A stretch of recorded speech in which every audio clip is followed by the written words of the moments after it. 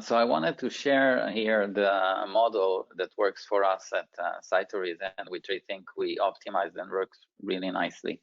So we have a team that is sort of an independent team that can execute on a relatively big question from pharma, like what is the target, or give us a target for a specific disease, which is in a data-driven manner, right? So we don't go to read the literature, we need to do it from data. And there's quite a lot of data out there.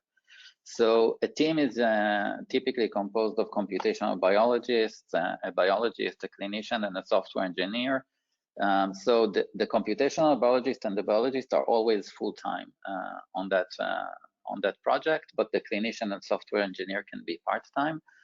The challenge here is that these are very different skill sets, and these people don't really speak the same language. And you know, when you tell a biologist the word a model, he thinks about a mouse model, or she. And when you're thinking about and you pose the same question to a computational person, he would think about a statistical model, right? So they don't speak the same language, and it's actually very challenging.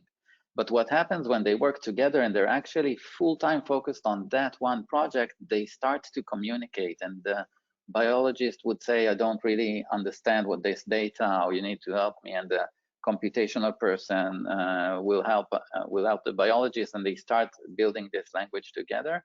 And by working side by side, they actually come up with very cool ways to tackle the problem, and also they start to understand each other's worlds, right? The clinicians start to understand a little bit more the molecular data and the statistical methods, and that cycle evolves. And when you say that they work together, do they physically sit next to each other? I know, today everybody's working from home, but Yeah. traditionally saying before COVID. Absolutely.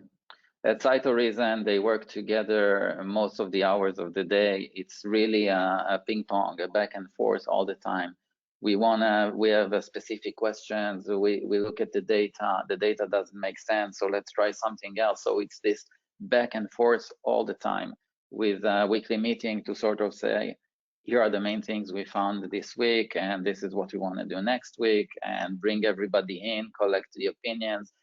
And basically, the comp bio team is now conducting research much faster than you would in a lab, right? Imagine if you have a question and you want to ask it in a lab setting. Now the experiment takes 6 months, especially if it's in animal models. Here, you can ask a question and get the answer in 20 minutes. So you're progressing very, very quickly towards an hypothesis, asking questions for all sorts of directions. So all these people are involved. It's actually really fascinating to see.